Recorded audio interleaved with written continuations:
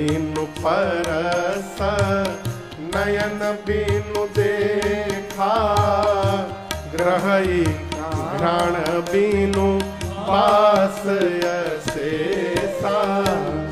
अस सब भांति अलौकिक करनी, महिमा जासु जाई नहीं परनी। अस सब भांति अलौकिक करनी, महिमा जासु जाई नहीं परनी। गोस्वामी जी कहते हैं भगवान शंकर ने कहा कि देवी राम जी के रूप के बारे में वेद बताते हैं कि भगवान बिना पांव के चलते हैं। भगवान कैसे चलते हैं? बिना पांव, बिना कान के सुन लेते हैं। भगवान का कान कितना तेज है आप दर्शन करिए। कहते हैं चींटी के पग घुंघरू बाजे, सो भी साहब सुनता है। चींटी देखिए आप लोग, चींटी यहां गोंडा में क्या कहते हैं? हमारे यहां चिंटी कहते हैं। हमारे गांव की ओर क्या कहते हैं? चिंटी। चिंटी। पंडित जी झारखंड में क्या कहते हैं? चिंटी। ना ना, आप गलत बोल रहे हैं। जौन कह दिए वही थोड़ा मान लेंगे हम।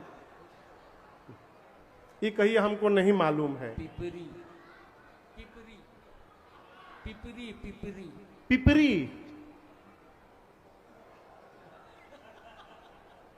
कहां चिंटी, कहां पिपरी। तरिया क्या कहते हैं वो? विकास।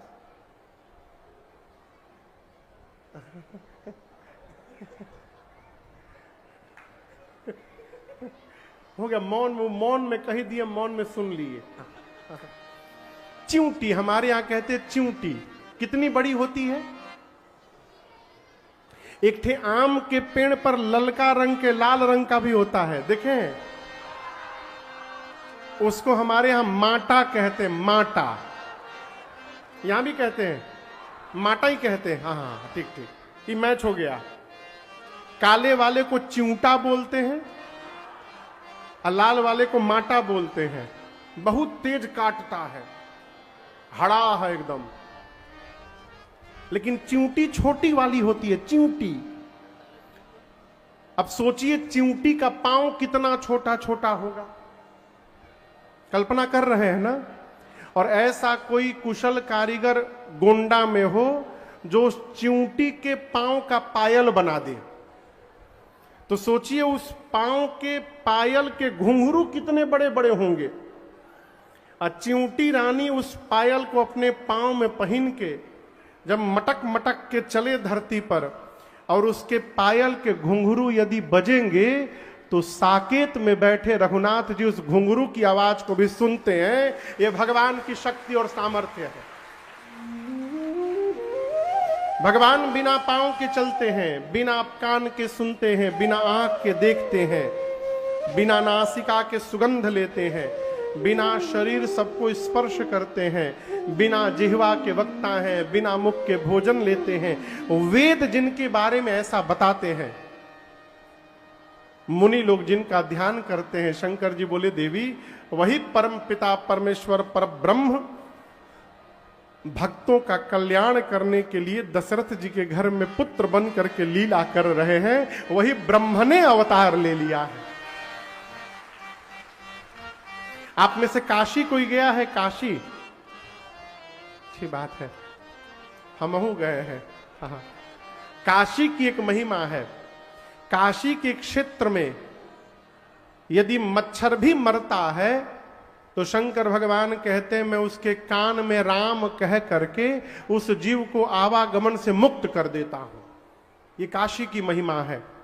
शंकर भगवान बोले देवी बिना मन से भी जो भगवान राम का नाम ले ले, बिना मन से उसके करोड़ों जन्म के पाप समाप्त हो जाते हैं। बिना मन से कैसे? किसी को कहिए राम कहो, क्या कहो? वो बोलेगा हम नहीं बोलेंगे। बोलो राम, नहीं बोलूंगा। बोलता है कि बोल राम, नहीं बोलूंगा। बोल राम, अंत में बोलेगा कुछ भी बोल दो, मैं राम नहीं बोलूंगा। बोला कि नहीं बोला? राम बोला ना, राम नहीं बोलूंगा। बोलने में भी राम बोला ना। शंकर जी बोले ऐसे भी कोई यदि एक बार राम कह दे, उसके करोड़ों जन्म के पाप वहीं पर जल के भस्म हो जाते हैं। लेकिन इसके आगे वाली बात अब मैं बताऊंगा। इतना तो शंकर जी बोले थे, अब आगे का सुनिए। कलकत्ता में गंगा जी हैं। एक दिन हम नहाने गए, बहुत पहले की बात है। उस समय मैं कथा नहीं गाता था। तो नहाने गया तो एक सामने भाई साहब डुबकी लगावे, और डुबकी लगाकर बाहर निकलकर बोले सारा बैलेंस जीरो। जैसे डुबकी लगावे तो निकल के बोले सारा बैलेंस जीरो। अब हम सोची कैसा बैलेंस जीरो हो गया इनका, तो हमको नहीं रहा गया। तो हम पूछे भाई साहब क्या बोल रहे हैं? बोले अरे गंगा में नहाओ, साल भर जितना पाप किया था सब बराबर हो गया, बैलेंस जीरो। अब एक साल नया पाप करूंगा, अगले साल आके फिर डुबकी लगाऊंगा। उनकी बात मुझे अच्छी लगी। मुझे अच्छा उपाय बताए। लेकिन बाद में जब पढ़ने लगा तो पता चला कौनो बैलेंस जीरो नहीं हुआ है। गंगा नहाने से, भगवान राम का नाम लेने से वही पाप समाप्त होता है जो अनजाने में हुआ है। जानबूझकर किया गया जो पाप है वो कितनो राम राम कहिए समाप्त होने वाला नहीं है, उसकी सजा मिलेगी। अब किसी को गोली मार करके राम नाम का एक माला जाप कर लीजिए, कहिए बैलेंस जीरो, भ्रम में जी रहे हैं आप, उसकी सजा मिलेगी। अनजान में बना हुआ पाप, अनजान में कैसे आप चल रहे हैं, पांव के नीचे कीड़े मकोड़े आके मर गए, इस प्रकार का जो पाप है राम कहने से उसी समय समाप्त हो जाता है। ये भगवान के नाम की महिमा है। इसलिए जगह ना खोजिए कि यहां जाएंगे तो जपेंगे, टाइम मिलेगा तो जपेंगे। जहां है वहीं जपिए। का जपिए?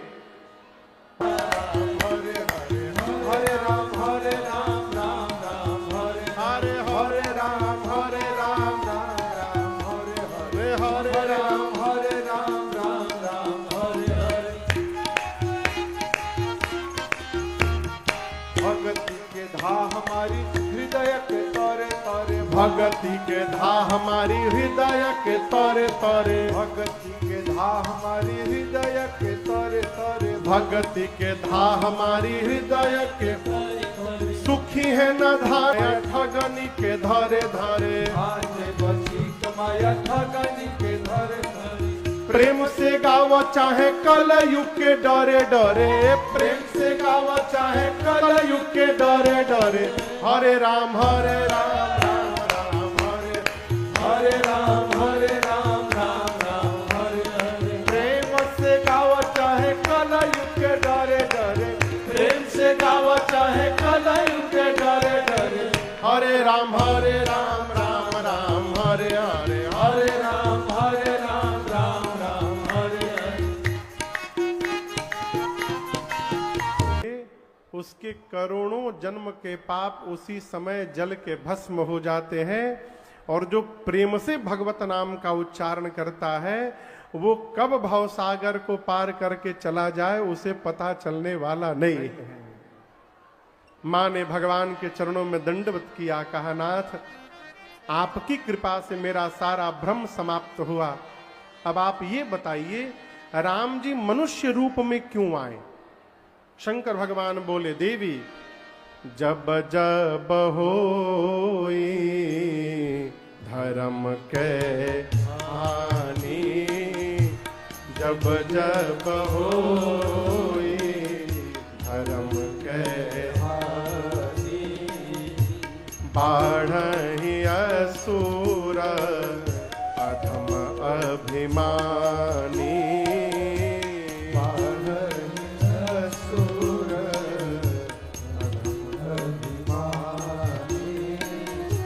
करही अनीति जाय नहीं बरनी,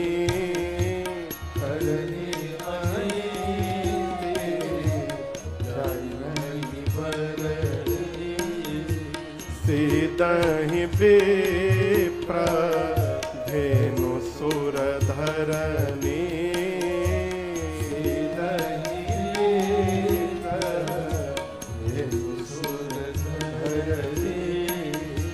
तब तब प्रभु धरे, तब तब प्रभु धरे, विविध शरीरा हरहि कृपा निधि सज्जन तीरा, हरहि कृपा निधि सज्जन तीरा, हरहि कृपा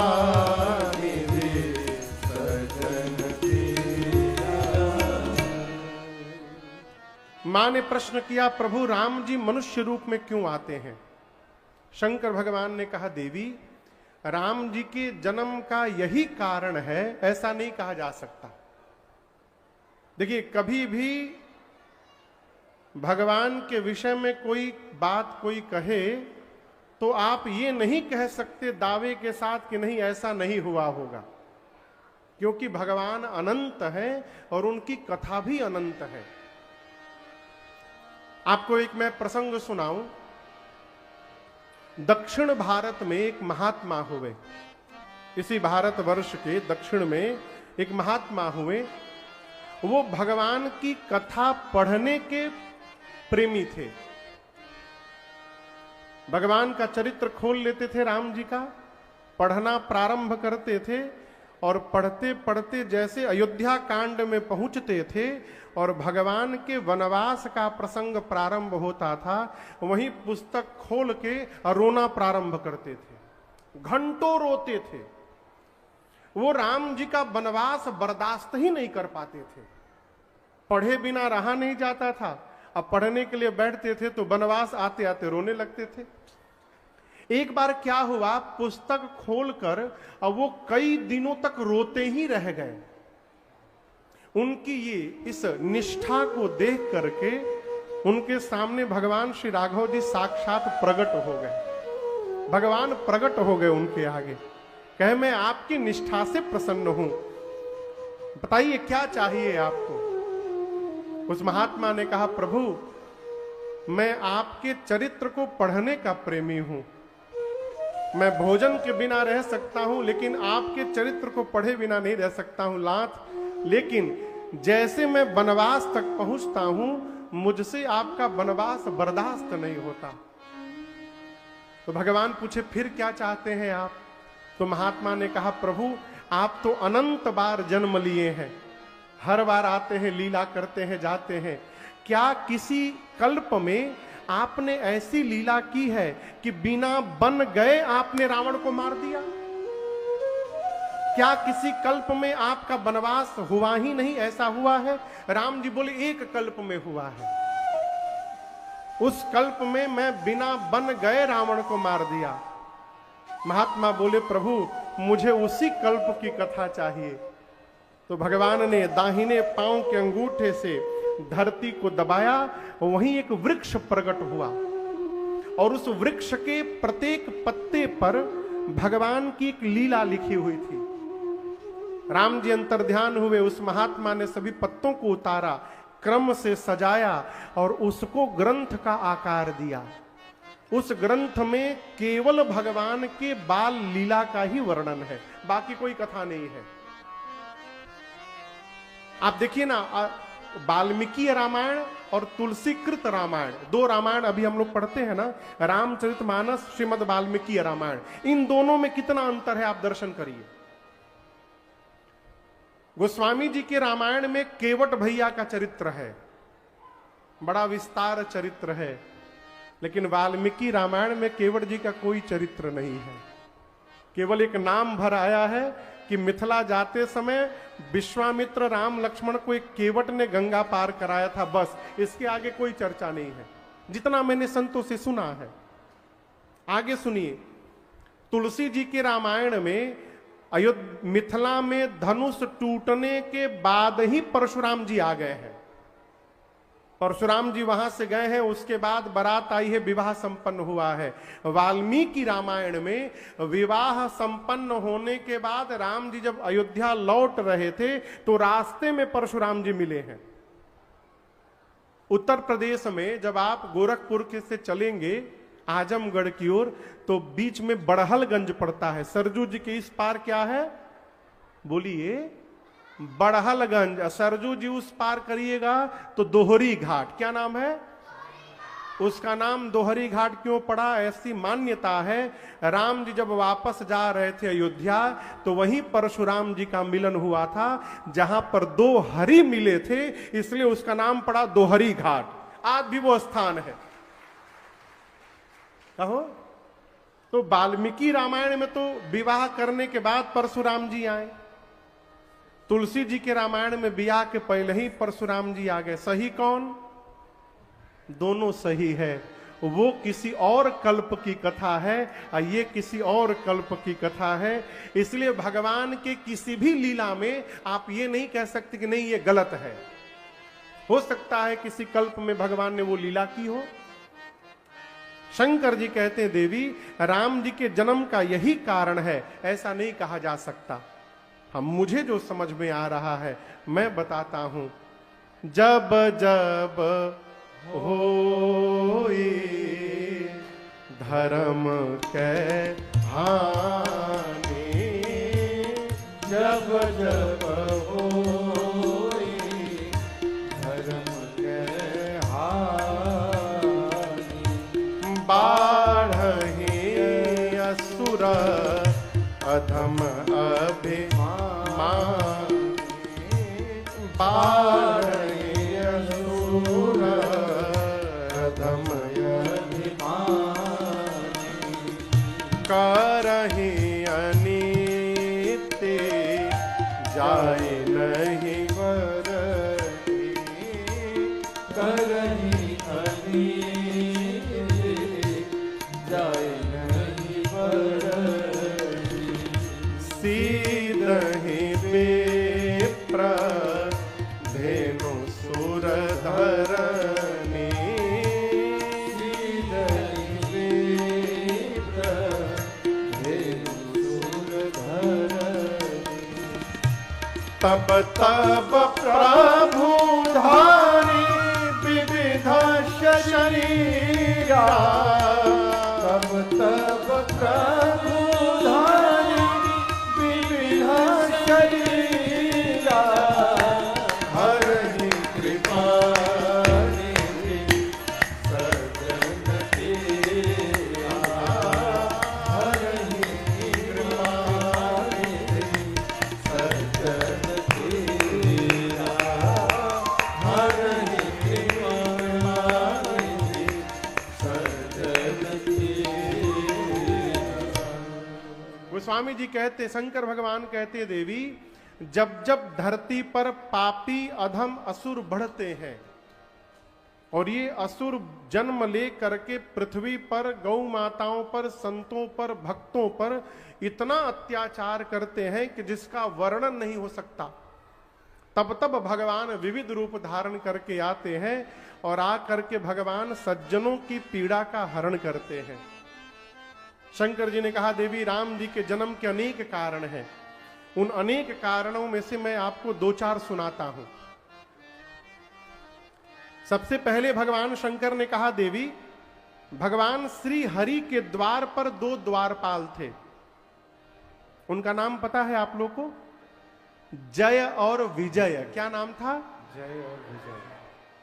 एक बार सनकादिक मुनि गए भगवान से मिलने तो जय विजय ने रोक दिया, कहा नहीं आप भीतर नहीं जा सकते। मुनियों ने 3 बार कहा जाने दो, तीनों बार जय विजय ने मना किया। क्रोध आ गया, मुनियों ने जल निकाला और शाप दे दिया, भगवत दर्शन में तुम दोनों विघ्न करते हो, जाओ तुम दोनों असुर बन जाओ। भगवान दौड़ करके आए, क्षमा याचना किए। मुनियों ने कहा प्रभु हमने 3 बार कहा जाने दो, इन दोनों ने 3 बार मना किया, असुर तो बनना पड़ेगा इनको, और एक बार नहीं 3 बार मना किया है ना तो 3 बार बनना पड़ेगा। और जब जब ये दोनों असुर बनेंगे तब तब आपको भी शरीर धारण करना पड़ेगा और इन दोनों को उस शरीर से मुक्त करना पड़ेगा। उसी शाप के कारण सतयुग में जय विजय हिरण्याक्ष और हिरण्यकश्यप बने। तो हिरण्याक्ष का उद्धार करने के लिए भगवान वराह अवतार लिए और हिरण्यकश्यप के लिए बोलिए नरसिंह अवतार लिए। पहला जन्म। दूसरा जन्म त्रेता में रावण कुंभकर्ण के रूप में हुआ, जिनके लिए राम जी अवतार लिए। और तीसरा जन्म द्वापर में शिशुपाल और दंत वक्र के रूप में हुआ, जिनके लिए परमात्मा श्री कृष्ण ने अवतार लिया। यह राम जी के जन्म का पहला कारण। दूसरे कारण में सामने नीचे क्या दिखाई दे रही हैं आपको? व्यासपीठ के सामने कौन है? तुलसी मैया। तुलसी मैया ने भगवान को श्राप दिया। पिछले जन्म में इनका नाम था वृंदा। क्या नाम था? वृंदा। परम तपस्विनी थी, परम पतिव्रता थी। असुरों के राजा जलंधर से इनका विवाह हुआ था, असुरों के राजा से, लेकिन अपने पति में निष्ठावान थी। और वृंदा मैया के पातिव्रत धर्म के कवच का प्रभाव ऐसा था कि कोई भी देवता जलंधर को मार नहीं पाया। अंत में भगवान श्रीहरि ने छल किया। देवताओं को कहा जाइए आप लोग युद्ध करिए, मैं कुछ करता हूं। जलंधर चला युद्ध करने तो वृंदा मैया ने कहा मैं आपकी कुशलता के लिए पूजन में बैठने जा रही हूं, जब तक मैं पूजन में बैठी रहूंगी आपका कोई बाल बांका नहीं कर पाएगा। जलंधर गया युद्ध करने, मैया वृंदा पूजा में बैठ गई। थोड़ी देर बाद भगवान ही जलंधर का रूप धारण करके चले गए। वृंदा मैया पति का रूप देखी, पूजा छोड़ के उठ गई। और जैसे मैया पूजा से उठी, जलंधर मार दिया गया। उसका कटा हुआ सिर जब मां वृंदा के सन्मुख आकर गिरा, मां कांप गई। मां ने पूछा भगवान से, कौन हो तुम? भगवान अपने रूप में प्रकट हो गए। मारे शर्म के भगवान का चेहरा नीचे झुका था। वृंदा मैया ने कहा भगवान हो? भगवान होकर मेरे साथ छल किया तुमने? श्राप देती हूं, जिस प्रकार छल करके तुमने मेरे पति को मुझसे दूर किया, एक दिन मेरा पति छल करके तुम्हारी पत्नी को तुमसे दूर करेगा। और इतना कह के श्राप दे के भगवान को पत्थर का बना दिया। किसका बना दिया?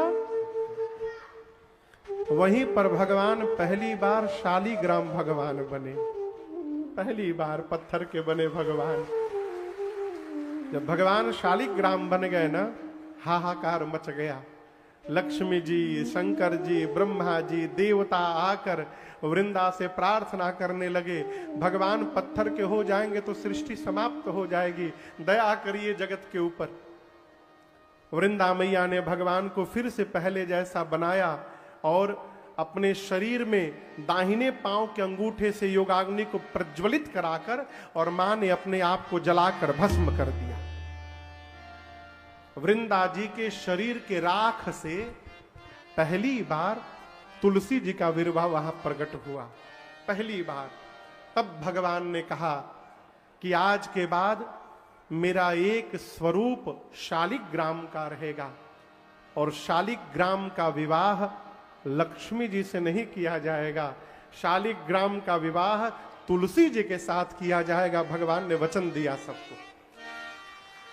भगवान ने यह भी कहा कि आज के बाद भोजन में, भोग में जब तक तुलसी दल नहीं पड़ेगा, मैं कोई भी भोग स्वीकार करने वाला नहीं हूं।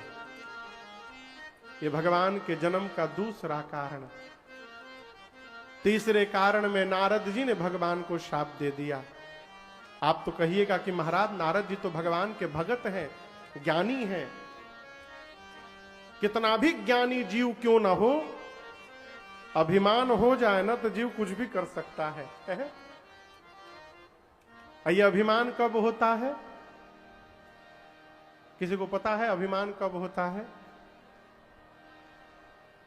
बोलिए बोलिए। कहां है भवानी जी? अभिमान कब होता है? जौन बुझाओ तो ने बताई। ऐजा नंबर थोड़े मिले अलावा कि नंबर कटी जाई।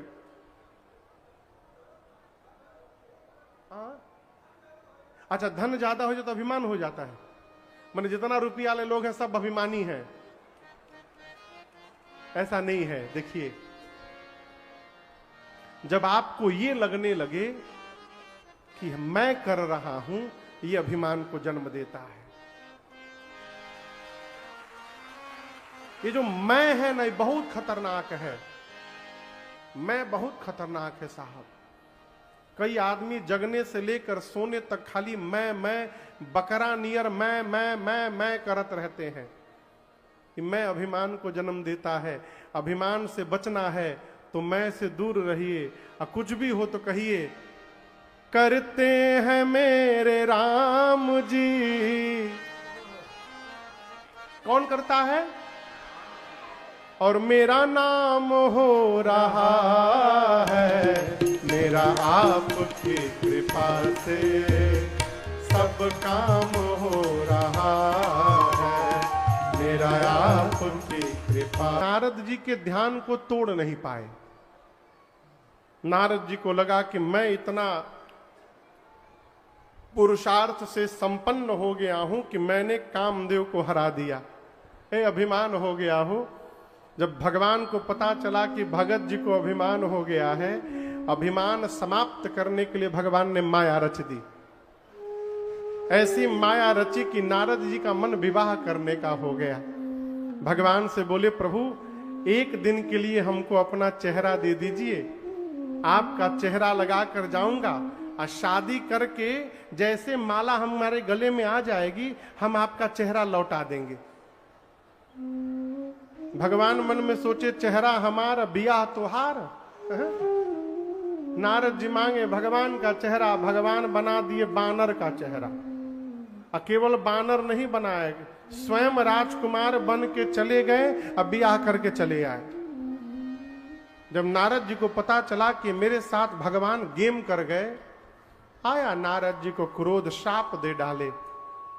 पहला श्राप देता हूं, जिस राजकुमार का रूप धारण करके आपने छल किया, वही शरीर धारण करना पड़ेगा। दूसरा श्राप देता हूं, आपने मुझे बानर बनाया, आप मनुष्य बनेंगे तो ये वानर ही आपकी सहायता करेंगे। और तीसरा श्राप देता हूं, आज जिस प्रकार विश्व मोहिनी के लिए मैं रो रहा हूं, एक दिन अपनी पत्नी के लिए आपको भी रोना पड़ेगा। ये मेरे 3 श्राप हैं आपको। इस शाप के कारण एक बार भगवान को अवतार लेना पड़ा, ये तीसरा कारण है। चौथे कारण में सृष्टि के आदि माता पिता स्वयंभू मनु और शत्रुपा मैया नैमिषारण्य, जानते हैं कहां है नैमिषारण्य? कौने राज्य में है? अच्छा, उत्तर प्रदेश में। अच्छा, बढ़िया, जानते हैं। हाँ, हाँ। नैमिषारण्य में मनु और शत्रुपा मैया जाकर 23,000 वर्ष तपस्या किए। भगवान प्रकट होकर दर्शन दिए।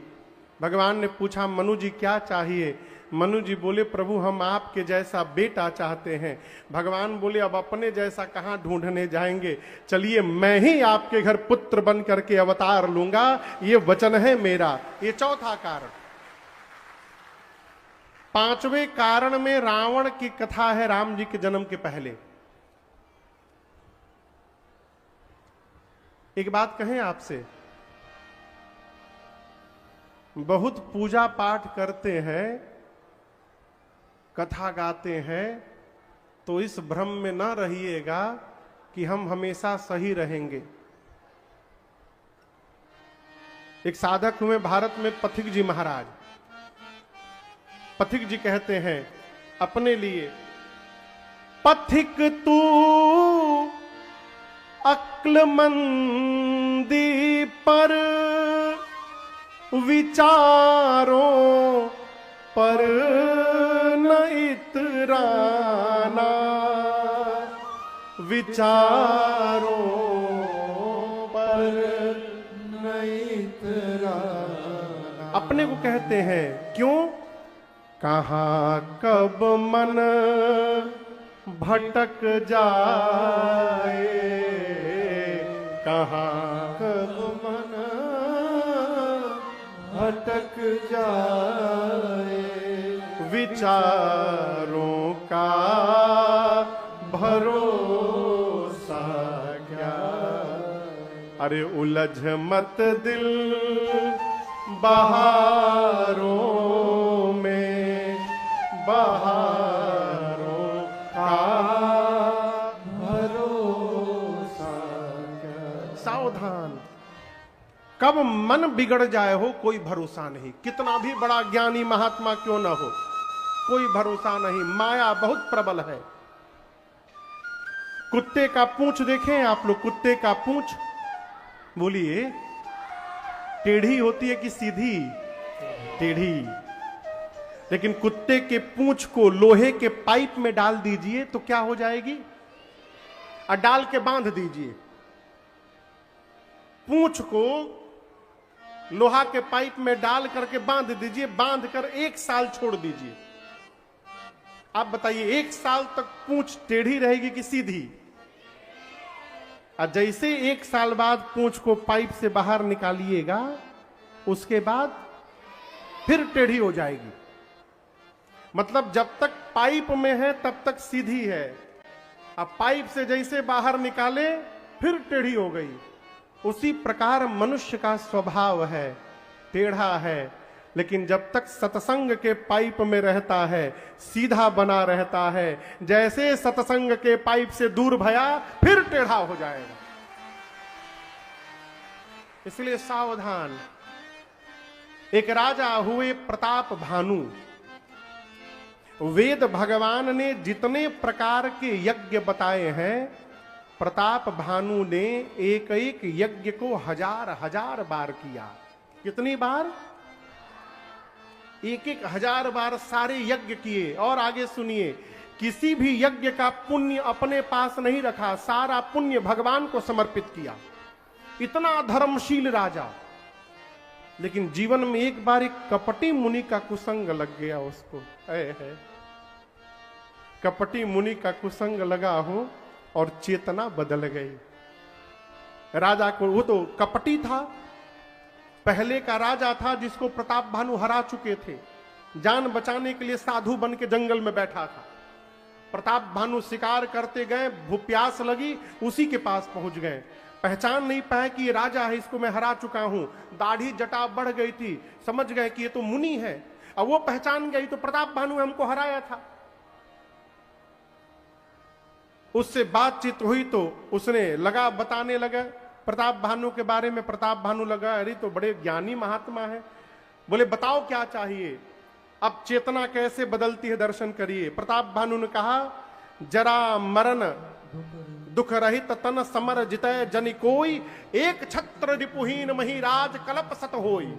मैं चाहता हूं जन्म मृत्यु से परे हो जाऊं, इस पूरे धरती पर एक छत्र मेरा साम्राज्य रहे और मैं 100 कल्पों तक राजा बना रहूं। प्रताप भानु बोले संभव है हो, और मुनि बोला संभव है, हो जाएगा। प्रताप भानु कैसे होगा? मुनि बोला ये 1 लाख ब्राह्मणों को भोजन के लिए निमंत्रण दो। 1 लाख ब्राह्मण भोजन करके जब तुमको आशीर्वाद देंगे, ब्राह्मणों के आशीर्वाद से तुम्हारी मनोकामना पूरी हो जाएगी।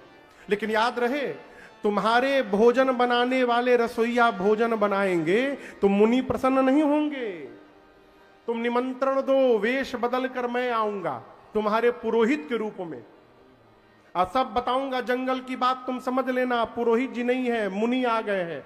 मैं भोजन बनाऊंगा, वो भोजन तुम कराना, ब्राह्मण प्रसन्न होकर आशीर्वाद देंगे, तुम्हारी मनोकामना पूरी हो जाएगी। निमंत्रण दिया 1 लाख ब्राह्मणों को।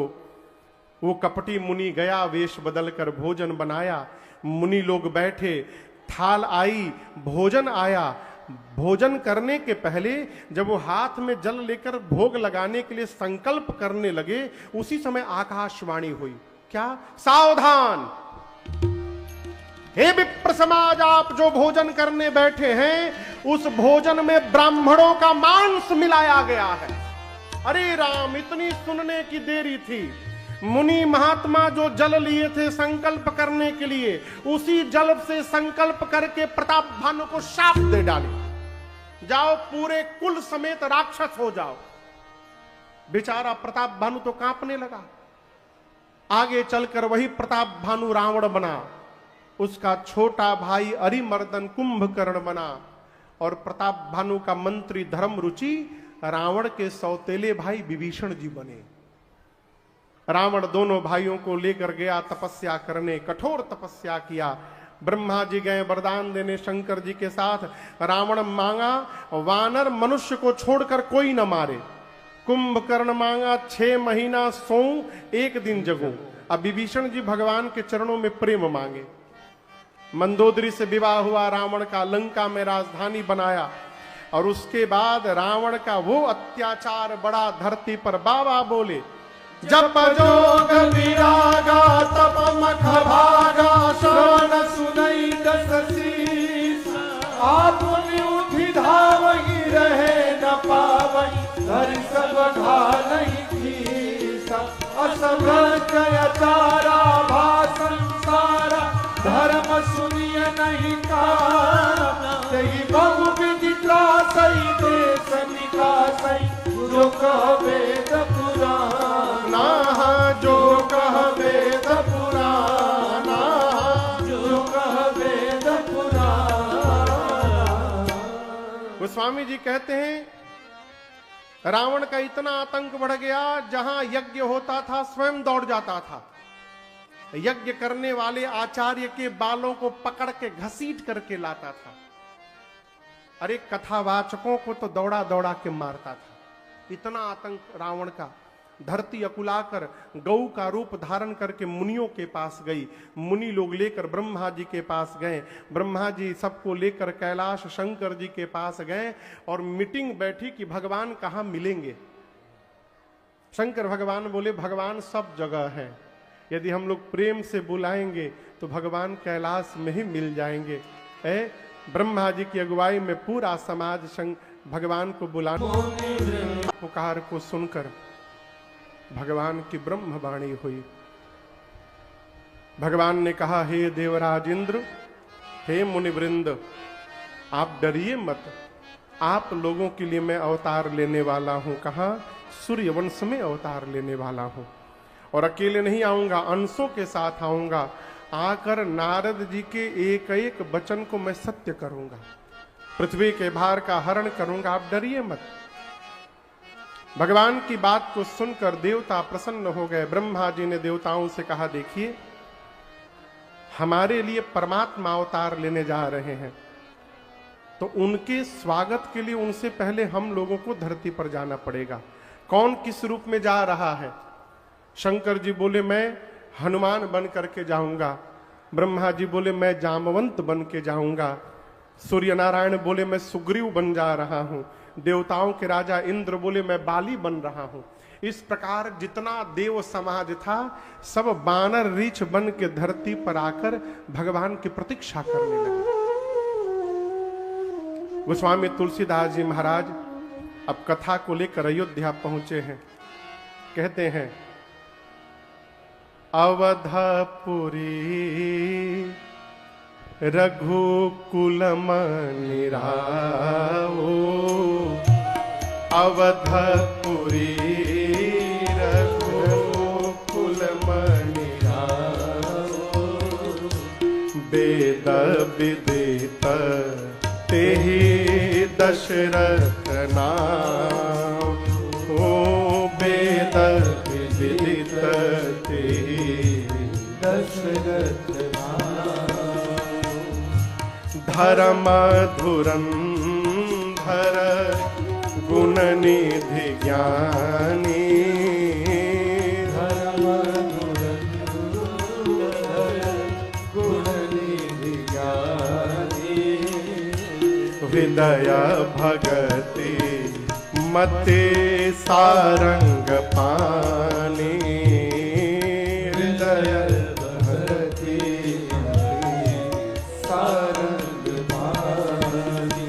कौशल्यादि नारी प्रिय सब आचरण पुनीत, पति अनुकूल प्रेम दृढ़ हरिपद कमल विनीत। एक बार भूपति मन माही, एक बार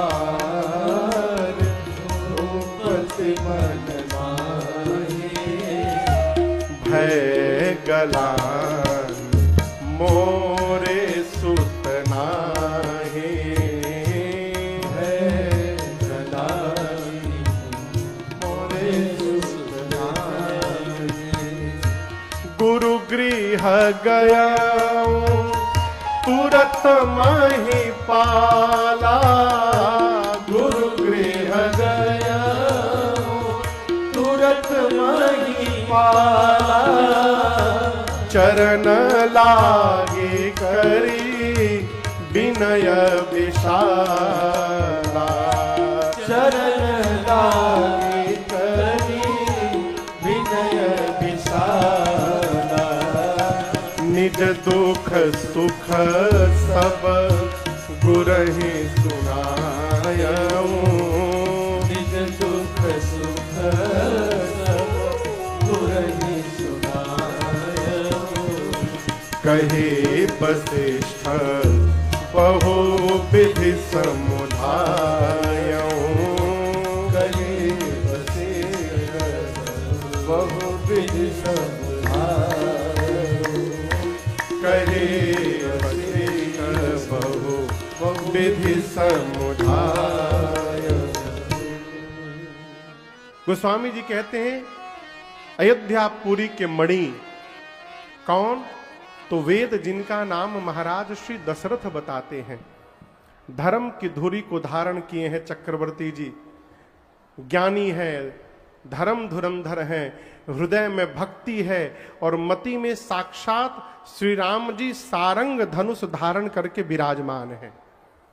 कौशल्या, कैकई, सुमित्रा जैसी जिनकी 3 देवियां हैं। जीवन के चौथे पन में एक दिन महाराज के मन में ग्लानि भई। ग्लानि किस बात की? कि मेरे घर में मेरा कोई पुत्र नहीं है। और जैसे मन में ग्लानि भई, महाराज वैद्य के पास नहीं गए। कहां गए? गुरु जी के पास गए। जाकर अपना सारा दुख सुख सब सुनाया। गुरुदेव भगवान सुनकर मुस्कुराने लगे।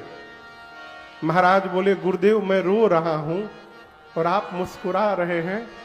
गुरु जी ने कहा, महाराज आप अपना वर्तमान देख करके रो रहे हैं, मैं आपका आने वाला भविष्य देखकर मुस्कुरा रहा हूं। धैर्य रखिए। आप एक संतान के लिए रो रहे हैं, मैं कह रहा हूं धैर्य रखिए। आपके आंगन में एक नहीं, आपके आंगन में 4-4 पुत्र होने वाले हैं। महाराज धैर्य रखिए।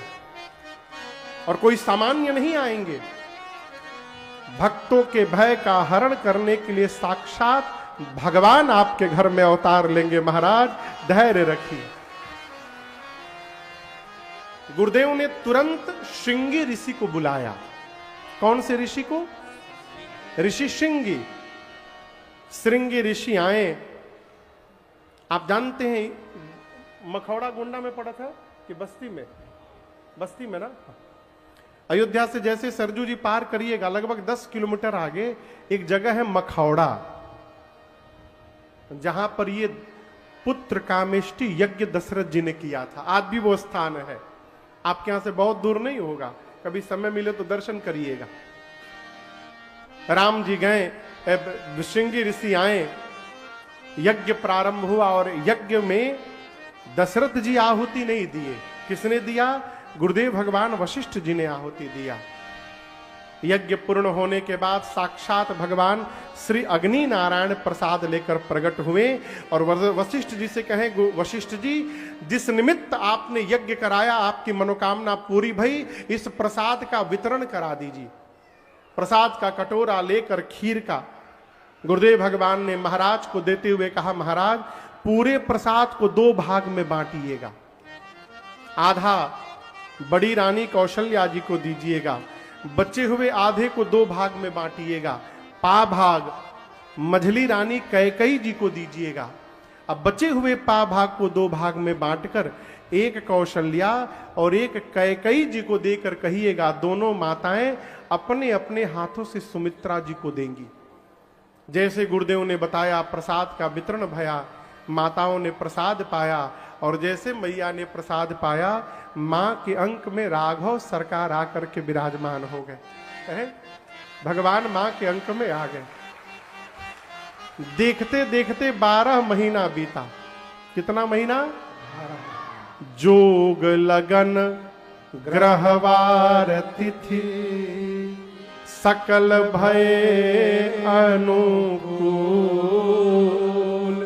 चर अरु अचर सब हर्ष जुत राम जन्म सुख। चैत्र मास शुक्ल पक्ष नवमी तिथि दिन मंगलवार का दोपहर का 11:30 बजा विजीत मुहूर्त प्रारंभ हुआ। आपको बताऊं, अयोध्या के में पर्वतों पर मणि प्रकट होकर मणि जगमगाने लगे, सारे पर्वत जगमग जगमग करने लगे। सरजू जी में ऐसा लगा कि जल के स्थान पर अमृत की धारा दौड़ने लगी, शीतलमंद सुगंध हवाएं बहने लगी, चारों तरफ सुगंध फैल गए, सारे वृक्ष पुष्पों से लद गए, सुगंध बहने लगा। संत मुनि महात्मा आकर अयोध्या में कीर्तन करने लगे। तब तक किसी ने कहा नीचे का छोड़ो, आकाश में देखो। क्या देखो? सब देव चले महादेव चले, महादेव चले, लय लय फूलन के हार रे, आओ राघव सांवरिया, सब देव निज निज धाम, जगनिवास प्रभु प्रगटे, अखिल लोक विश्राम। जैसे दोपहर का 12 बजा, मां कौशल्या अपने कक्ष में लेटी थी और 12 बजते मां के अंक से एक ज्योति प्रकट हुई, प्रकाश पुंज प्रकट हुआ। पेट से प्रकाश पुंज निकला। मां देखी, घबरा गई। मां ने हाथ जोड़ लिया, ये क्या है? प्रकाश पुंज सामने गया और सामने जाकर वो प्रकाश पुंज विराट रूप धारण कर लिया। कितना विराट! सिर ब्रह्मलोक में, पांव पाताल में। मां थर थर कांपने लगी। मां ने हाथ जोड़ लिया। शंकर भगवान कैलाश में बैठे हुए मां पार्वती से कहते हैं, देवी वहां देखिए, भय प्रगट कृपाला दीन दयाला कौशल्या हित का। सब लोग आइए। हर्षित महतारे माता पुनि बोली, सोमति डोली, तजहु तात यह रोमा, की जय शिशु लीला, अति प्रियशीला, यह सुख परम अनुपमा। सुनी बचन सुजाना, रोदन खाना, सुनी बचन सुजाना। फड़क रहे हैं, एक एक रोम में करोड़ों ब्रह्मांड घूमते दिखाई दे रहे हैं। रोम छिद्रों से वेद ऋचाएं निकल रही हैं। गले में बनमाल, पांव पाताल में, सिर ब्रह्मलोक में। मां देखी, थर थर कांपने लगी। मां ने हाथ जोड़ लिया। कह दुई कर जोरी, अस्तुति तोरी, केहि विधि करऊं अनंता। हे अनंतानंत प्रभु, न आपके प्रारंभ का पता चल रहा है, न ही आपके अंत का। आपकी मैं स्तुति कैसे करूं? लोग सुनेंगे कि इतना बड़ा मेरे पेट में था, मम उर सो बासी। लोग सुनेंगे तो हंसेंगे, यह उपहासी। कितना भी बुद्धिमान व्यक्ति सुनेगा, विश्वास नहीं करेगा। सुनत धीर मति थिर न रहे। भगवान देखे मां का विवेक जग गया। भगवान मुस्कुराए, कहे मां उपजा जब ज्ञाना प्रभु मुस्काना, बोले चरित बहुत विद्य किन्ह चहूं मां, मैं नाना प्रकार का चरित्र करना चाहता हूं। कहिए मार दूं रावण को, अभी मार दूंगा मैं। मां ने कहा सावधान, शांत रहिए, ये जो चरित्र बता रहे एकदम अंत वाला चरित्र है, इसके पहले सब पेंडिंग में है अभी। उसका क्या हुआ? आप कहते मेरे घर बेटा बन के आएंगे। भगवान बोले मैं तुम्हारा बेटा ही हूं मां। कौशल्या मैया बोली बेटा बन के आए हैं कि बाप बन के आए हैं? इतना बड़ा किसी का बेटा जन्म लेता है? भगवान बोले मां कोई आइडिया नहीं है, पहली बार बना हूं ना, क्या करूं? तब मां ने कहा कि जय शिशु लीला अति प्रिय यह सुख परम। प्रभु आप शिशु लीला करिए, शिशु बनिए। जैसे मां ने कहा भगवान तुरंत शिशु बन गए, नवजात बच्चा बन गए। बन के बोले मां अब ठीक है ना? कौशल्या मैया बोली 50% हुआ है अभी। प्रभु मैंने कहा शिशु लीला करिए, आप शिशु तो बन गए लेकिन लीला नहीं कर रहे हैं। भगवान बोले कौन सी लीला? कौशल्या मैया बोली प्रभु जो बच्चा जन्म लेता है वो सबसे पहली लीला करता है, वो रोता है।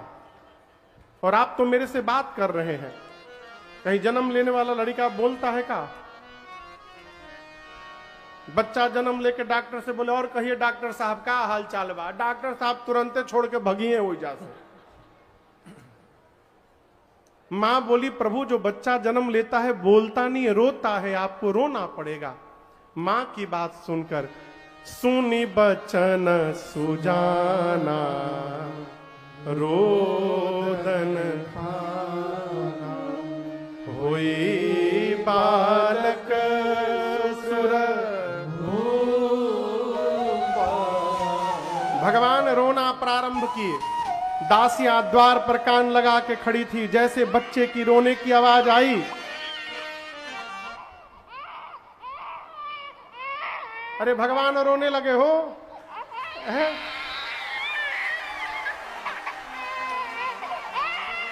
दासियों ने जाकर महाराज से कहा महाराज बधाई हो, बधाई हो महाराज, बधाई हो, बधाई हो, बधाई हो। महाराज सुने इतने गदगद भय, बाजा बजाने वालों को बुलाएं। और बाजा बजाने वाले आकर प्रारंभ हो गए।